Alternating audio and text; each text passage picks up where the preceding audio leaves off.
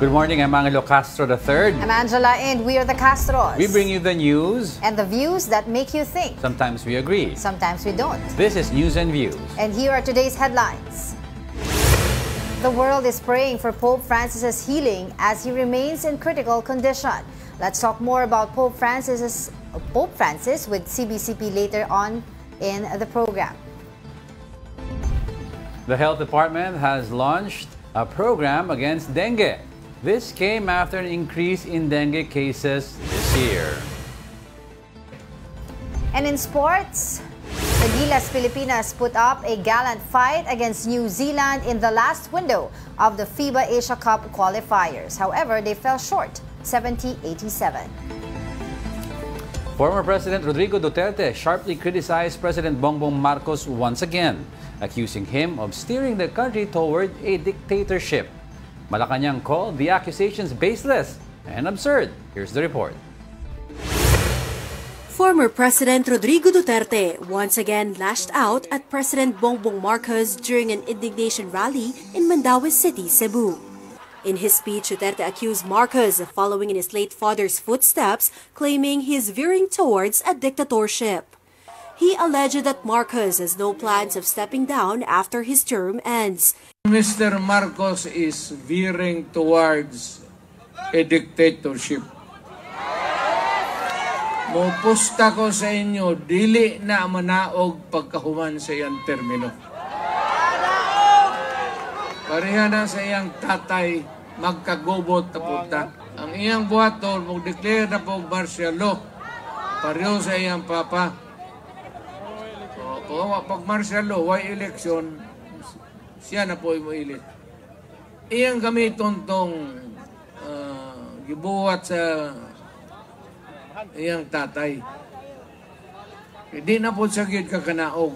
Maglisod na siya. Pero munang kamo makatilaw yun mo o gubot. In response, Executive Secretary Lucas Bersamin dismissed the accusations as baseless and absurd.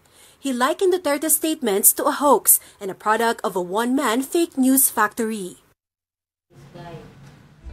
Oy, that's something else. One-man fake news factory coming from the administration. Well, coming from E.S. Bersamin, may history si Pangulong Duterte, former President Duterte, of coming up with different accusations and then each time na lang, kahit nung presidente siya, each time na lang na may sinasabi, laging, hindi mo, lampas nga 10 sa 10 na sinasabi niya, joke lang.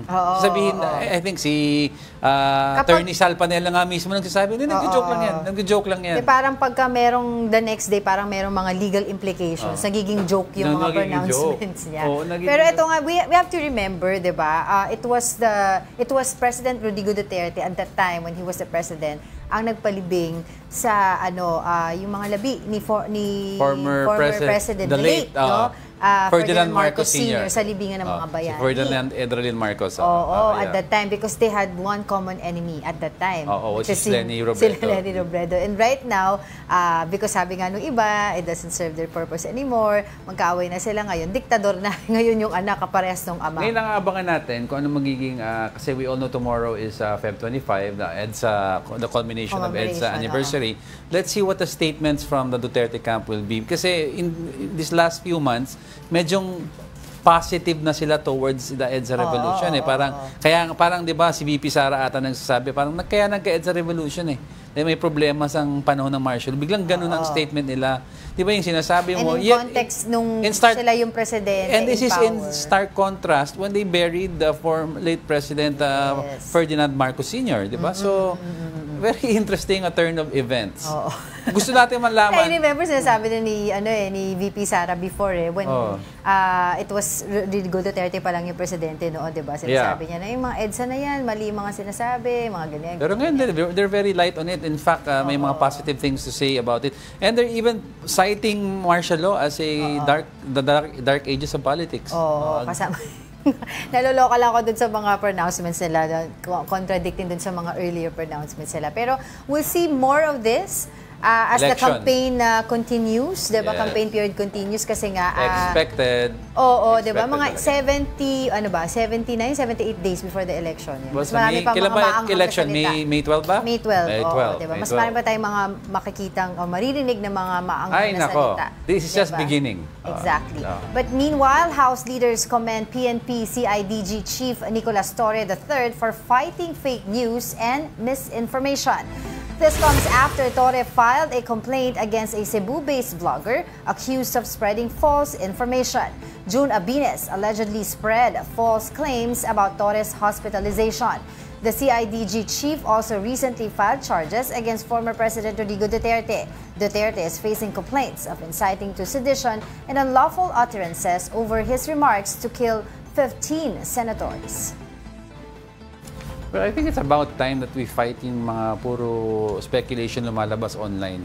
Kasi if media comes out with a statement like that na hindi totoo, katakot-takot na backlash ang maabot natin, di ba? Sa kailangan talaga ngayon, ang dami kasi makikita mo sa online, mga gumagawa talaga ng mga pages.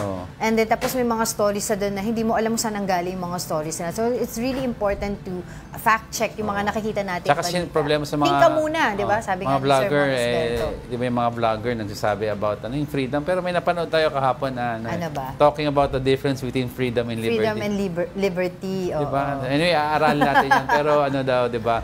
Liberty is di ba, to protect us against people like that, di ba? Freedom. Anyway, all right, let's go. Bilang Pilipino, bilang Pilipino. The Commission on Elections is looking into allegations of vote buying in Benguet. COMELEC Chairman George Garcia personally visited Benguet to gather more information. He noted that it would be difficult to proceed without solid proof of the supposed vote buying activities. Garcia also urged those who may have received the alleged bribes to come forward and submit affidavits. Meanwhile, the first BARM parliamentary election has been postponed. COMELEC Chairman George Garcia confirmed that President Bongbong Marcos has signed the bill seeking to postpone the polls. This effectively reschedules the parliamentary elections from May 12, 2025 to October 13, 2025. House lawmakers thanked Marcos for signing the measures, saying that this would ensure proper safeguards and preparations.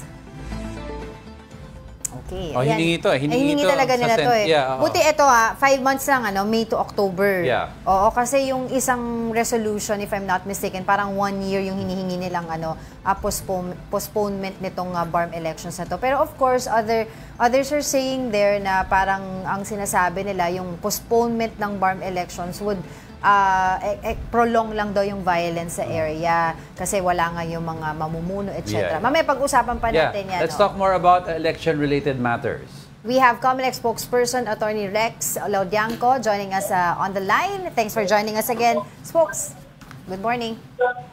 Magandang umaga po, Ma'am Angela, Sir Diego. Magandang umaga po sa lahat ng ating taga-subaybay. All right, folks, let's get right to it. No? Tell us more po about yung rationale at saka yung possible implications ng BARMM polls postponement. Malinaw naman po yung rational ng batas natin dyan na naging concern po ng ating legislature.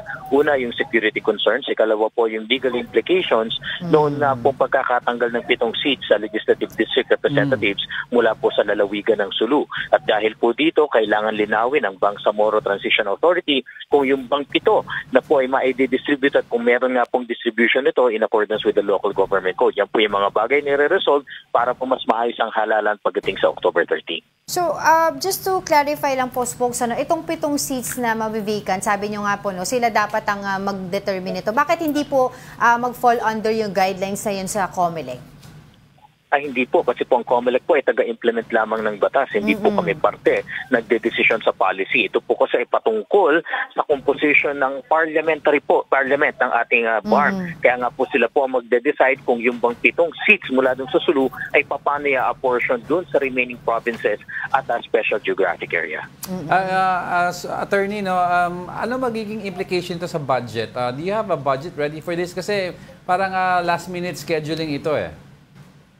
Opo, medyo mabigat po sa parte ng COMELEC pero kami po ay susunod dahil malinaw naman po doon sa ating law na nag-postpone po nga po at nag-reset ng ating elections na ito ay continuation ng ating national and local elections sa Mayo. Hindi po ito special elections. Kaya nga po yung budget namin na nagamit para sa taong ito ay itutuloy lamang po at hahanapan po namin ang karagdagan mula po doon sa aming budget pa. Matuloy lamang po ito sa October 13. Okay. What about po yung mga security preparations po ng COMELEC regarding this postponement ng BARM elections? Opo, dalawang bagay po. Yung security preparations po para sa national and local elections, tuloy naman po yan, walang pagbabago. Ang isang maganda lang po dito, yung nakikita rin po ng ating mga senador at mga mambabatas na mas makapagpo-focus ang hindi lang ang COMELEC, kundi po ang ating law enforcement and security forces pagdating sa October 13. Kumbaga po, mako-consolidate namin lahat kung kinakailangan magkumuha doon sa ibang lugar para idagdag para sa pagpapanatili ng kapayapaan dyan sa October 13 ay gagawin po namin ito. Mas maayos po namin ang security preparation dahil nahiwalay nga po ang parliamentary elections. Okay, Spokes, paano naman po yung sa usapin po ng filing ng Certificate of Candidacy? I understand nagkaroon na po ng Certificate of Filing ng Candidacy doon sa BARM. Ngayon pong merong extension, continuation lang po ba yun or kailangan po ulit nilang mag-file ng Certificate of Candidacy? Dahil po malinaw sa batas na ito ay continuation lamang nung naganap na filing, wala na pong tatanggapin ang COMELEC na bagong mga certificates of candidacy o manifestation of intent to participate doon sa parliamentary representation. So kung sino na po yung kandidato, sila na po, except magkakaroon lang po siguro ng pagbabago in case of death or disqualification. Kung sakali man po magkakaroon ng pagbabago rin po na pagtanggap ng COC ay para lamang doon sa 7 na originally 6 ng SULU na i-distribute po, i-reapportion ng ating Bangsamoro Authority. Okay. Alright, taking this opportunity na rin po, Attorney, doon po sa issue naman po ng vote buying sa Benguet. Nasaan na po tayo pagdating po sa investigasyon doon? Opo, patuloy po ang pag-iimbestiga ng Committee on Contrabigay at nangangalap po rin po sila ng karagdagang ebidensya. Makakaasa po kayo ito na i-resolve nila ito sa lalong madaling panahon kung ito ba'y magre-resulta ng filing ng administrative case for disqualification and or yung filing po namin ng criminal offense, yung tinatawag na election offense po on Section 261A, vote buying po. And Spokes, now that we're approaching, of course, yung May 12 elections, no? Ano po yung mga activities natin na inaasahan mula sa COMELEC leading up to that? Una po sa lahat, update lang po sa printing ng balota. Tayo po ay magpo-45 million ballots na po sa araw na ito. Ganyan karami na po ang ating na-imprenta. Kaya nga po, we're right on target, we're right on schedule. Patatapos po ng COMELEC ang ballot production.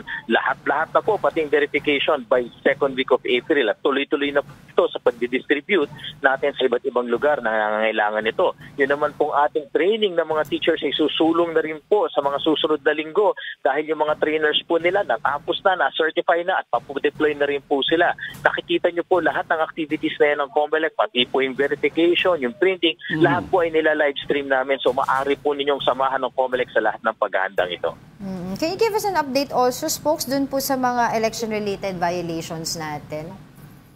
Sa Ganban po, umabot na po sa 1,197 persons ang naaresto po ng ating law enforcement people po, dahil sa nilalabag na po nila yung ating gun ban, pagdadala ng armas sa labas ng bahay, whether or not may lisensya o wala, whether or not may permit to carry. Ang importante po dito, wala silang prior authority from the COMELEC. Muli po, nagpapaalala tayo sa ating mga kababayan, kahit kayo may ELTO, firearm registration at permit to carry firearms outside the residence, kung hindi po kayo covered ng certificate of authority mula sa Gun Ban Committee ng COMELEC, kayo po ay lumalabag dito. Ito po ay isang kasong kriminal na maaring magdulot ng pagkakakulong ng 1 hanggang 6 na taon, pagkakatanggal po ng inyong karapatang bumoto at perpetual disqualification to hold public office. Huwag po ninyong baliwalain ang bagay na ito. And update na lang din po ulit, Spokes, dun sa mga voting precincts natin. Magdadagdag daw po kayo sa may mga bandang mall? Maglalagay daw po kayo sa mga malls? Tama po, nung nakaraang linggo, particularly nung Biyernes nga po, nakipaglagdaan na ang COMELEC sa iba't ibang mall partners namin. Ngayon po ay nasa 71 mall partners na po kami at maaari pa pong madagdagan ito. Hinihikayat po namin yung iba pang malls kasi sila rin po nagbo-volunteer. Ang nagiging problema lang po, gustuhin man namin paramihin ay yung sapat na espasyo. Pero sinasabi naman po nila, gumagawa sila ng paraan ng magkaroon ng sapat na espasyo, hindi lamang para sa botohan, kundi po pati yung waiting area para lang po makibahagi sila dito sa mall voting natin. Ang sa gayon, mas maraming kababayan natin po ang boboto na sa mga malls at their convenience po. Ay, Attorney, now before we let you go, konting update lang kasi madaming kababayan po nagtatanong. Minsan daw ang experience nila sa past elections, pag hinahanap nila yung pangalan nila sa mga precinct finder, medyo maliliit daw ang font. I understand this year ba maglalagay daw kayo ng picture or lalakihan yung font para hindi mag-log jam sa paghahanap ng pangalan kung saan yung presinto? Tama po, isang pagbabago po ngayon, yung tinatawag po natin na posted computerized voters list, pati na rin po yung hawak ng ating mga teachers na electoral boards na election day computerized voters list. Yan po ay may kasama ng litrato ninyo at colored pa po ito para po yung ating mga maghahanap doon sa listahan sa may pagpasok sa paaralan, madali nyo makita kung saan presinto kayo. Ikalawa, yun din po ating mga teachers, madali nila ma-identify yung mga taong nagpipresenta sa kanila bilang botante. So yung pong ating flying voters, mawawala na yan kasi kitang-kita na ng teachers natin na kung ano itsura nung nandun sa record nila at sa taong nasa harapan nila. Isa pa pong ginagawa ng COMELEC dito, pinangako po ni Chairman Garcia yung ating voter information sheet na kung saan nakalagay kung saang eskwelahan tayo boboto at yung mga kandidato po para doon sa lugar nila ay mapapamahagi po bago po magkaroon ng halalan tayo. Talagang pinipilit po ito matapos ng COMELEC, ma-distribute sa ating lahat by April nang sa gayon may sapat na guide na po ang ating mga kababayan sa pagboto. Alright, on that note, maraming salamat po muli sa inyong oras. That was COMELEC spokesperson Attorney Rex Laudianco. Coming up, following the increase in dengue cases, the Department of Health has launched a new program to combat the disease. Ano kaya ito?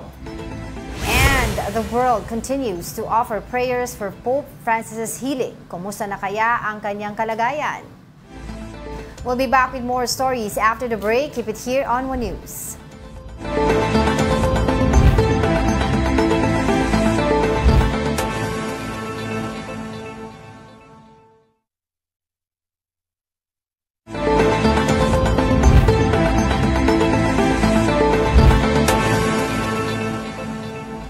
Good morning. You're still watching News and Views here on One News. Now, the Health Department is launching an activity that aims to eliminate dengue-carrying mosquitoes.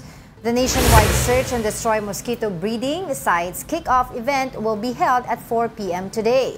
The initiative, dubbed Alas Cuatro Contra Mosquito, aims to strengthen collective efforts in controlling the spread of dengue. This would identify and eliminate mosquito breeding sites which are critical in reducing the prevalence of the disease.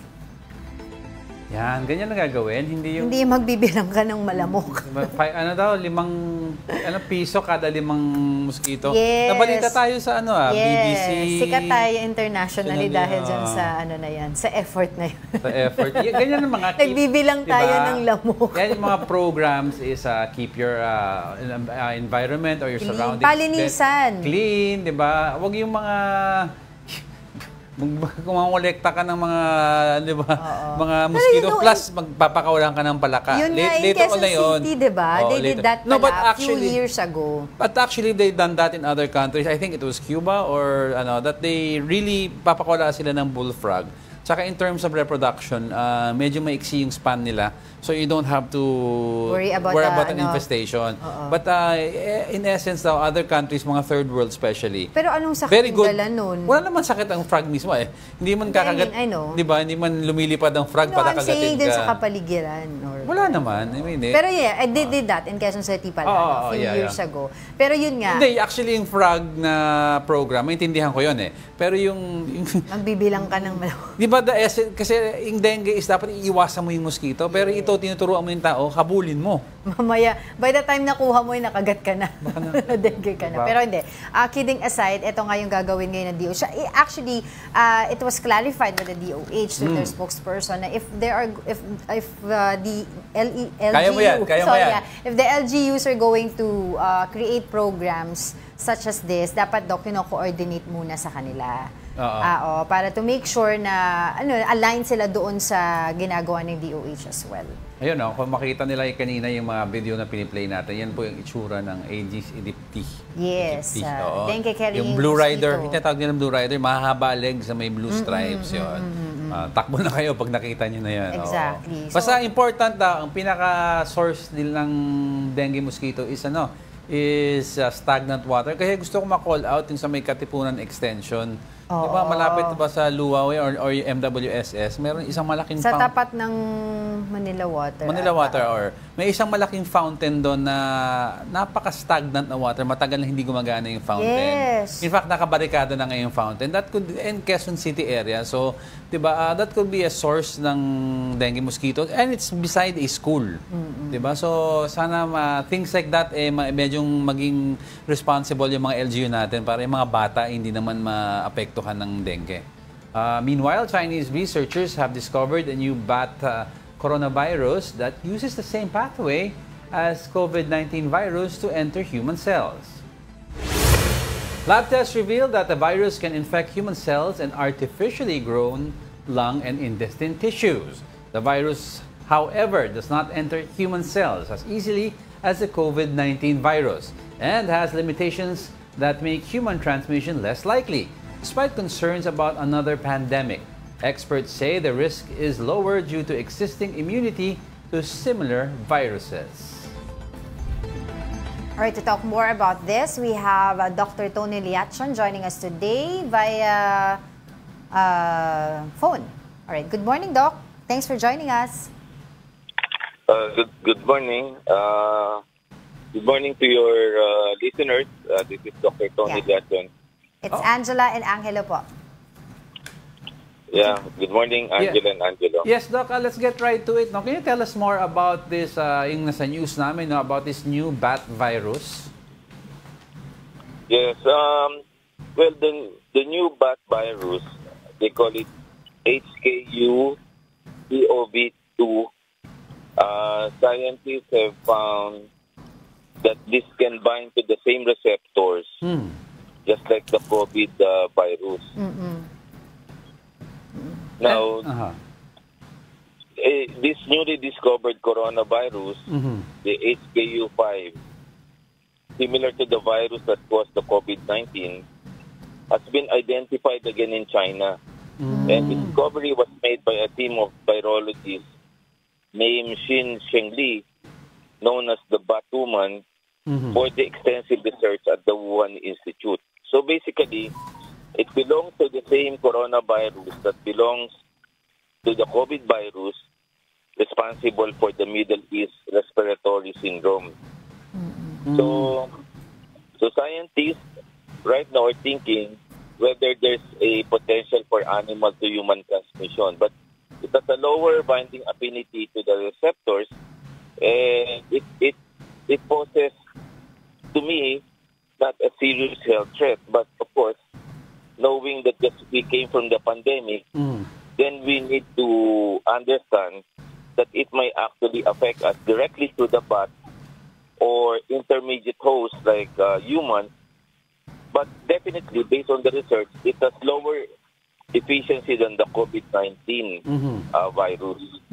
Pero Doc, para klaro lang, since it's medyo related daw sa yung sinasabi niyo sa COVID-19, same symptoms po ba to if tumama ito isa-isa sa isang tao? Well, pag tumama sa tao to, it is weaker than the COVID natin. And ang pandemic threat is low. And therefore, ang symptoms lang ang kailangan bantayan natin because it might have the same similar symptoms like lagnat, ubo, shortness of breath, sore throat, fatigue. And it can spread to two possible ways. Direct transmission from the bat sa paniki. If people will come into contact with infected bats or fluids of the bat like saliva, urine, or feces, they could get infected. Or through humans. The virus might infect another animal like humans before jumping to or animal like a mammal, then jumping to humans, and then mag-spread just like the COVID virus. So, sa ngayon, all we need to do is to inform the public, to educate, to empower them, and never be complacent about this. We must be, I would say, vigilant about all of these things so that kung dumating yan, we should always be ready about it. So, either or, parang ano na rin, mag-ingat na rin tayo. But other than that, ano pa po yung mga steps na dapat na po natin gawin, to be able to know more about this virus? Well, we keep on reading, and then kailangan magbasa tayo sa World Health Organization or other academic institutions of science like the Harvard or the Stanford or sa CDC. But ang the best natin is sa ngayon, mag-masking pa rin tayo in crowded places, and then palakasin natin ang immunity natin, tapos magpa-flu shot tayo or pneumonia vaccine just in case dumapo sa atin. It may not be directly related, but of course, the other viruses and bacteria may also affect us. Yeah, you're saying, Doc, na hindi naman directly related, but if you have already a previous COVID-19 vaccine, meron ka pang influenza, flu vaccine, meron ka pang pneumonia vaccine, you think that would at least somehow, if ever lang, Doc, mitigate or bawasan yung mga symptoms? That's correct. Kasi sometimes yung mga virus can have super infection eh. So mas mabuti na lang na covered tayo. Ngayon, marami ng technology. Meron tayong respiratory panel to identify what kind of virus ang tatamaan ka. So far, for the public, we have an outbreak of influenza A. Yan ang common ngayon among elderly citizens. Ang daming nagkaka-influenza A and then na-intubate. Yan ho yung mga cases natin. But it can be controlled by the usual masking and hygienic measures. Doc, kasi ang dami, you mentioned influenza A, meron pang for a time noong January, sunod-sunod po nagkakasakit sa pneumonia. And as I understand, very similar po ang mga symptoms sa mga ito. Now, how do we differentiate one sickness from the other? And when should we go to the doctor or to the hospital para magpatingin? That's a good question. Pare-pareho kasi yung symptoms ng flu and other viruses. Pero ako, ang strategy ko, rather than gumastos for the respiratory na panel, I usually start the patient already on Tamiflu, 75 milligram twice a day for 5 days, just in case influenza A siya. And then kung may atypical infection, nag-start ako ng azithromycin. Alam mo, in no time at all, effective. And then, let the patient rest for 5 days. Magiging okay na rin siya. And I find it effective, even online, kasi wala namang opportunity for some of our countrymen to go to the labs or seek medical consultation. So, ganun ang ginagawa ko. So, and then, take precautionary measures as well. Alright, on that note, maraming salamat po sa inyong oras. That was Dr. Tony Liachon, na health advocate. Thank you so much for joining us today. Alright, in other news, in weather actually, you may need to bring your umbrella with you as rains are expected today. Easterlies will bring rains over most parts of the country. These include Eastern Visayas, Central Visayas, Negros Island region, and Caraga. Meanwhile, the northeast monsoon or amihan will likely trigger rains over Luzon. Affected areas include Cagayan Valley, Cordillera Administrative Region, and Aurora. Metro Manila will also experience isolated rains due to the amihan. Yan, so medyo from the north to the central Luzon, naapektuhan tayo amihan. Pero kita mo, may easterlies affecting central and southern parts na. Yes. So by March siguro, there should be a change to the dry season. Kasi init na. Pero abangan natin. Going back dun sa sinabi ni Dr. Tony Liachon, ingat pa rin tayo. Yung ano pa rin natin, yung mindset natin, yung basic health standards natin, diba? Wash your hands, boost your immune systems, wear mask kapag kayo ay nasa matataong lugar. Actually, what COVID-19 did merely was to remind us to remain to have a good standard of hygiene, diba? Nakalimutan kasi natin, minsan, hindi na tayo naghuhugas sa atching, wala na, hindi na diba? Na lang tayo, COVID-19 reminded us lang. Yes. All right. Don't go away because we're not done yet. Stay with us.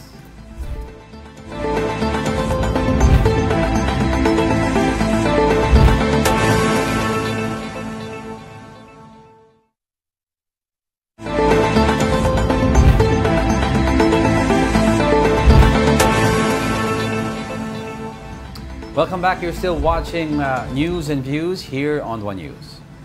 Senate President Cheese Escudero said there's no need for senators to hold a caucus to discuss Vice President Sara Duterte's impeachment trial.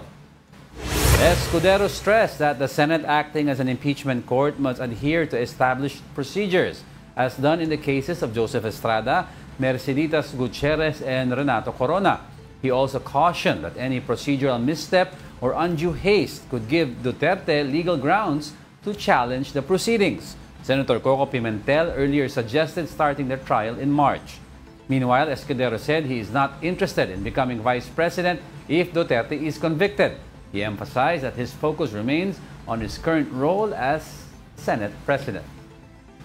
Yeah, I understand naman talaga that tricky yung situation ngayon because of the election season. Pero yun nga sinasabi natin, ano ba yung mandato ng Kongreso, ng Senado for to be specific, Forthwith kasi ang pinatatalunan dyan. Diba? Yung constitutional mandate nila, hindi naman nila mandato yung, yung mga kampanya. Actually kasi ang problema dito is they're banking on a lot of yung mga constitutionalists and lawyers are banking on the word forthwith sa dictionary meaning niya na kailangan immediately. Ang problema, immediately kasi hindi naka-define what is immediate, di ba? How many hours is immediate? How many days is immediate? So, kung in the absence of a definition, it's subject for interpretation. Ngayon, dapat daw without delay. Kaya nga maganda yung pupunta sa Supreme Court, finally magkaroon tayo ng definition. Pero ang isang question dyan kasi, meron ba talagang jurisdiction ang Supreme Court dito sa Senado? Buti na lang. Diba? No, wala silang jurisdiction sa internal rules ng Senado. But they can have jurisdiction over interpretation ng batas. Kung malalaman natin if makikialam ang Supreme Court o hindi. Because magkakaroon tayo ng precedents for the future. Yes. Sinasabi nga nila during the time nung kay former President Joseph Estrada, Chief Justice Renato Corona. Merceditas Gutierrez. Mga daw yan when the impeachment complaint was filed and sent to Senate, mga 1.5 months.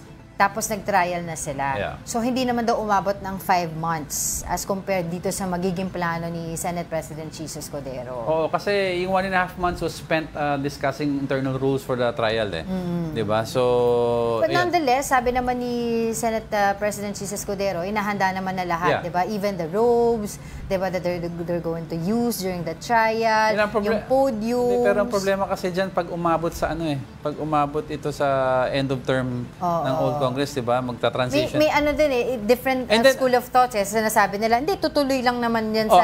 Kunyari, nag-start sila ng 19th Congress. Tapos, syempre, hindi matatapos yun. Sabi niya, itutuloy lang naman yan sa 20th Congress. Sabi naman ng iba, hindi yan po pwede. No, I understand that sa panig ng Senado. Ang magiging mahirap sa panig ng prosecution. Yeah. You have to remember yung prosecution panel, may sariling tactic at preparation yan. Pag nag-shift from the 19th to the 20th Congress, mag-iiba na naman ng prosecution team, assuming not most of them will come back, di ba? So kung nag-iba yung core ng prosecution team, mag-iiba din yung understanding nila and how will they get up to speed na mabilisan to understand how to try the case. Exactly. Magiging problema. Kaya nga sinasabi ni Congresswoman Luis Troy, isa sa mga prosecution panel, sabi niya, sana manalo kaming lahat para walang mababago if ever, di ba, na magtuloy-tuloy nga itong impeachment. And lastly, para maganda rin lilinaw ni Senate President Cheese Escudero, wala siyang interest maging Vice President kasi may umugong na balita na kasi diba, for context, the appointee ang magiging... For context, kung mawawala ang Vice President will appoint the Vice wala President. Kasing succession ngayon, dyan ang presidency nito is si former President Gloria Macapagal Arroyo, appointed when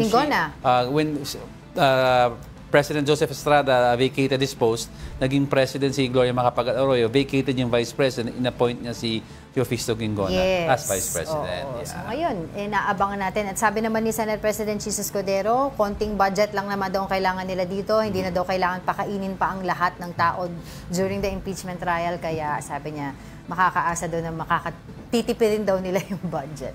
Alright, in other news, Pope Francis remains in critical condition as doctors continue to closely monitor his condition. Over the weekend, the 88-year-old pontiff suffered a prolonged asthmatic respiratory crisis while being treated for double pneumonia. He was given high-flow oxygen therapy to assist his breathing. Pope Francis also underwent blood transfusions after tests revealed a low platelet count. However, blood tests further showed that the Pope has mild kidney failure, but doctors said it was under control. The Catholic Bishops' Conference of the Philippines has urged the faithful to continue offering prayers for Pope Francis. Okay, how is the Filipino Catholic community holding up amid the Pope's hospitalization? Now, to answer that, we have Father Jerome Siciliano joining us today on the line. Good morning po, Father. Thanks for joining us today. Yes, good morning. Can you hear us okay? Yeah. Yes, Father. Thank you for joining us. Good morning, Father. Oh, right. Well, of course, we'd like to get the latest update right now of the Holy Father. How is he doing po? Well, yung pong update naman ay nanggagaling mismo sa Vatican. Very public naman po yung kanilang mga binibigay sa atin na update tungkol sa kondisyon ng Santo Papa. Pero dito naman po sa atin, sa Pilipinas, ay yung panawagan ng mga obispo na patuloy natin na ipagdasal ang pagaling ng Santo Papa. Father, ang katanungan po ng marami, given yung age na rin po ni Pope Francis, and if he does make it with a full clean bill of health, will he be able daw po to resume yung papal duties niya? Of course. Yun naman po yung in-expect natin. So kung sakali man na siya ay lalabasan ng hospital at binigyan ng clean bill of health ng kanyang mga doktor, tutuloy naman po niya yung kanyang panunungkulan bilang Santo Papa. Wala naman po tayong mga speculations kung ano pa man ang pwedeng gawin. Right. Aside po dun sa nabanggit po ninyo na open naman po sa public, we have been receiving reports nga po doon sa kondisyon ni Pope Francis doon po sa Vatican. Pero po ang CBCP po, personally po ba nakaka-receive po kayo ng updates mula po sa Vatican on Pope's health? Okay, ganito po yan. Ang talagang nakakatanggap ng ganyan pong mga official na mga information ay yung papal nuncio. So yung papal nuncio po, dahil siya po yung ambassador, representative dito sa Pilipinas ang Santo Papa. So siya po, yung opisina niya ang talagang nakakatanggap yan. Pero ang natatanggap naman po niya, of course, hindi naman po yan naiiba sa mga public na pronouncements. Oo. Kasi I was wondering nga po kung nakakausap po ba siya, meron na po ba siya mga nasabi, kumusta po talaga siya coming po from his mouth. But other than that po, dito po sa atin, ang CBCP po ba ay holding prayer vigils? Para po sa health ni... vigil po ay hindi lamang po yung CBCP, ang nag-hold ng mga masses, ng Holy Hour, yung iba't iba pong mga diocese at iba't ibang mga grupo, religious groups, religious congregations, sila po yung patuloy na nag-hold ng ganitong mga prayerful activities para nga po sa pagdarasal natin sa Santo Papa. Father, baka ano pa ba, for our viewers, Father, na ano po yung mapapayo nyo, syempre in these times of tribulations, medyo worried din po ang Catholic faithful, kaya sa Holy Father, baka you can offer us words of encouragement or any advice. Well, we can only trust in the power of the Almighty. Well, the doctors are doing their job, and we are also doing ours by praying for Him. At the end of the day, sa ganitong mga pagkakataon at condition, kailangan talaga natin ng intervention din ng Panginoon. So kung ano man siyempre ang kumbaga ay nais ang Panginoon na para kay Pope Francis, para sa simbahan, hindi naman mangyayari. But then again, we're hopeful that the Pope is going to survive this. And then sa publiko naman na nag-aantabay o di kaya pagdanayo sa makakuha ng mga information, just continue to monitor the conditions or the information being given by the Vatican. And of course, huwag din tayong hihinto sa pagdarasal sa Panginoon na sana nga ay gumaling si Pope Francis. Alright, maraming salamat po sa inyong oras, Father Jerome Siciliano from CBCP. And si Father Jerome, siya yung Executive Secretary ng Permanent Committee on Public Affairs ng Catholic Bishops' Conference of the Philippines or CBCP. Kaya lang natanong if ever may clean bill of health, if he'll be resuming yung as active as he was before, because we all know medyo 88 years old na si Pope, diba? Yes. So medyo worried lang naman tayo. Of course. Alright. And prayers for the Pope as well. Let's move on. The Grand Floral Float Parade of Panangbanga 2025 dazzled Baguio with vibrant flowers and creative float designs. Over 40 floats participated in this year's event. Celebrities like Lovie Poe and Miss Universe Philippines 2019, Gazini Ganados, alongside politicians like Senator Amy Marcos, joined the festivities. Organizers emphasize that Panagmanga is a non-political event, strictly enforcing rules against campaign materials on the floats. Unveiling the activities, we already stressed that since it's an election year, wag nating gamiting platform for an election or campaign ang Baguio Flower Festival because it is, it's a festival. It's not a political activity. So, pwede naman silang makijoin in the activity without saying, vote for me, wearing any campaign materials, giving away any campaign paraphernalia. Kung sumakay ng float, gumawa sila ng float na nakasakay siya, walang nakalagay doon na vote for me, walang pangalan yung candidate sa float na yon. Now in sports, Gilas Pilipinas finished the FIBA Asia Cup 2025 qualifiers with a 4-2 record after a loss to New Zealand. Despite the loss, Gilas Pilipinas fought valiantly to end their campaign in the qualifiers. New Zealand now holds the top spot in Group B as they prepare for the 2025 FIBA Asia Cup this August. Gilas now turns their attention to the FIBA Asia Cup 2025 proper slated for August in Saudi Arabia. Sayang. Dami nagtataka what's happening to Gilas kasi we lost to Chinese Taipei na medyo supposedly madali na kalaban. Ay, natalo na natin before ang New Zealand di ba? Yeah, natalo. New Zealand naman is a formidable foe. Pero yung kinagtakahan ng tao, yung Chinese Taipei lost because that was Pero ito natalo na ng New Zealand. Tinalo tayo ng New Zealand. Yeah, given naman kasi either or naman 50-50 naman yan with New Zealand eh. So there must be a trend happening sa Gilas ngayon na are they fatigued, 'di ba? Tiyatanong, are they may problema ba? Alright, sige. New Presidential Communications Office Secretary Jay Ruiz will ensure that government programs are made accessible to the public following the orders of President Bongbong Marcos. For updates, we have Mobile Journal Julie Baiza joining us via Zoom. Good morning, Julie. Good morning, Angela Diego. Pinakilala na nga ngayong umaga si bagong PCO Secretary Jay Ruiz. Mismo dating PCO Chief Cesar Chavez yung nagpakilala sa kanya sa media, no? Inilatag nga ni Ruiz yung mga magiging plano niya para sa ahensya. Una raw na iniutos sa kanya ng Pangulo, mailapit sa publiko yung mga programa ng pamahalaan, kabilang dyan yung scholarships, medical assistance, at saka yung iba pang tulong gaya ng mga libreng pabahay. Binigyan din naman ni Ruiz, nalalabanan daw yung fake news at saka kasinungalingan kasi ang sabi niya, ang dami daw kumakalat na kasinungalingan sa ngayon, ano? Bukod kay Ruiz, ipinakilala din si bagong Palace Press Officer Claire Castro na tumatayo din siyang undersecretary ng PCO. Diyan naman, sumagot naman si Castro doon sa naging pahayag ni dating Pangulong Rodrigo Duterte na tila veering towards dictatorship daw. Itong si PBBM, ang sabi ni Castro, mismong si FPRRD na nga daw yung umaming dati na magaling siyang gumawa ng pang-iintriga at pagpaplanta ng ebidensya. Kaya daw, ano pa daw ba yung aasahan sa dating Pangulo, kundi mang intriga at magplanta ng ebidensya gaya daw ng nakita noon kay dating Senadora Laila de Lima. Bukod dyan, sinagot ni Castro yung usapin na isinusulong yung pag-impeach kay Vice President Sara Duterte para hindi na siya makatakbo sa darating na eleksyon. Ang sabi ni Castro, malinaw naman daw yung posisyon ng pamahalaan o ng administrasyon na hindi sila manghihimasok doon sa impeachment. At saka nakikita daw na puro paninira lang yung isinusulong nitong kampo ng mga Duterte. Given na dating journalist, dating reporter itong si Jay Ruiz, how was he welcomed by the press corps dyan sa Malacanang?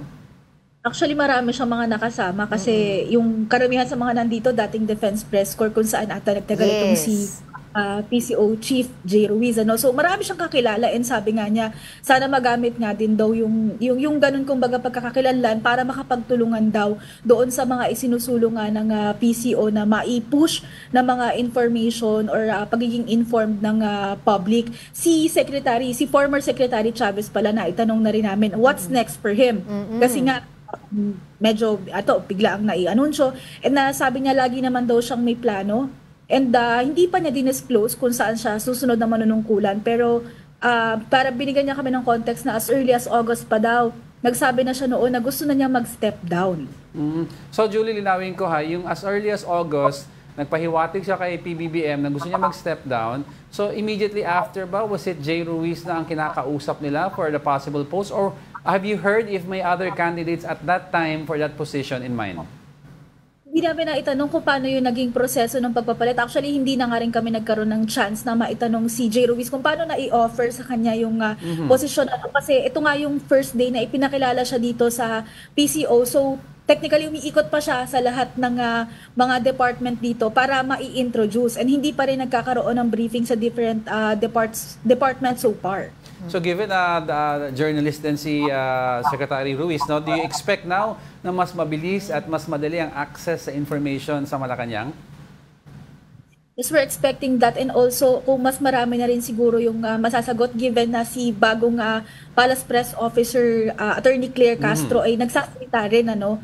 So kanina nga sumagot siya. So it's a positive development. Ito pinapakita natin ngayon sa screen natin sa monitor, Julie, na nagsasalita si former Secretary Chavez, katabi niya itong si incoming Secretary Jay Ruiz. Ano yung sinasabi niya dito at paano yung naging turnover responsibilities kanina? Actually, yung una kasi namin na nakita sa may elevator, itong si PCO Chief Jay Ruiz.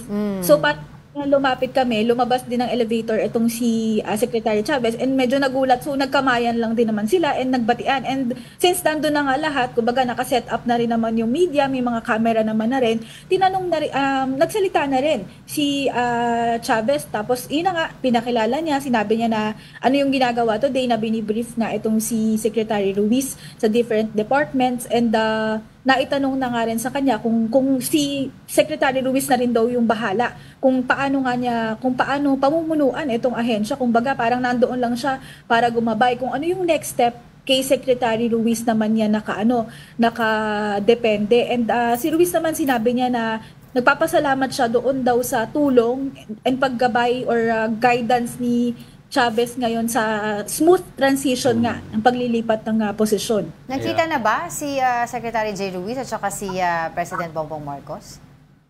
Yes, kasi si Secretary Ruiz ay nanumpa kay Pangulong Bongbong Marcos bago siya pumunta dito. So, kaniyang mga around 9 a.m. nakita sila, and doon nga nabanggit ni Pangulong Bongbong Marcos yung marching order niya, yung unang-unang ibinili niya, na maipaalam sa publiko kung ano-ano yung mga programa ng gobyerno and kung paano nila maa-avail yung mga programs na yun, na hindi lang basta-basta na ilalatag natin, pero dapat aware din sila paano sila lalapit sa atin. Okay, right now, Julie, we are seeing a live feed. Pakita natin sa ating viewers. Anyway, what we're supposed to show is a live feed of Secretary Jay Ruiz having a conversation, I think, with several, tama ba, Julie? Several members of the press. You mentioned kanina, marching orders niya, yung to bring forward the programs of the President, di ba? Yes. Alright. And then aside from that, ang thrust niya based, ito, let's go to the live feed right now and listen to the new Secretary. Public information responsibilities. Kung kayo, mga vlogger, kinakailangan natin mag-responsibilidad. May responsibilidad din sa tao na magsabi ng katotohanan. So, ito tayo sa PCO, alam ko malaki ang maitutulong para maituwid yung pagiging totoo dito sa gobyerno ng Marcos. Secretary Ruiz, will the President allow you to speak for him? We just have to clarify issues. Attorney Claire here, you said Claire Castro will be the ones briefing us on issues of the day, and she will be the one doing the briefer. She's going to be heading the briefing with the Malacanang Press Corps. Ang panawagan ko lang po sa Malacanang Press Corps, dati naman tayo magkakasama, sana po partners po tayo sa developmental communication. Partners po tayo sa pagbibigay po ng katotohanan. Yun po, at siyempre sa taong bayan naman, huwag basta-basta maniniwala sa kasinungalingan, labanan po natin ang mga fake news. So magsisilbi po spokesperson si Atty. Oh, okay. Actually, the President will speak for himself. Okay? Tayo lamang po ay mag-explain, mag-expound. Ayan. Anyway, before we let you go, mukhang malinaw, Julie, sa sinabi mo, talagang magiging main concern nila sa paglaban sa fake news. Alright. Okay. Yan. Alright, maraming salamat sa ating mobile journalist na si Julie Baisa na live. Nandyan ngayon sa Malacanang. Yan. Okay. So, For those who just tuned in, yung nakita niyo po kanina ay sa newly Secretary, appointed PCO Secretary J. Ruiz and yung Undersecretary Claire Castro to siya mag-deliver. Medyo nakabahan pa si Secretary, no? Kasi it's really different when you're on the other side of the fence. Yeah. Kasi for the longest time, 'di ba, siya ang nag-i-interview. Ngayon siya ang nai-interview. Ngayon siya ang nag-i-grill. Anyway, and that much about wraps up everything for today. But before we let you go, I'd like to leave everyone with a quote that hopefully will start your week right. Success isn't always about greatness. It's about consistency. Consistent hard work leads to success, after which greatness will come. A quote from Dwayne Johnson, The Rock. And that wraps up today's episode of News and Views. Join us again tomorrow. I'm Angela Lagunsad Castro. And I'm Angelo Castro III. We are one you. All sides, all the time.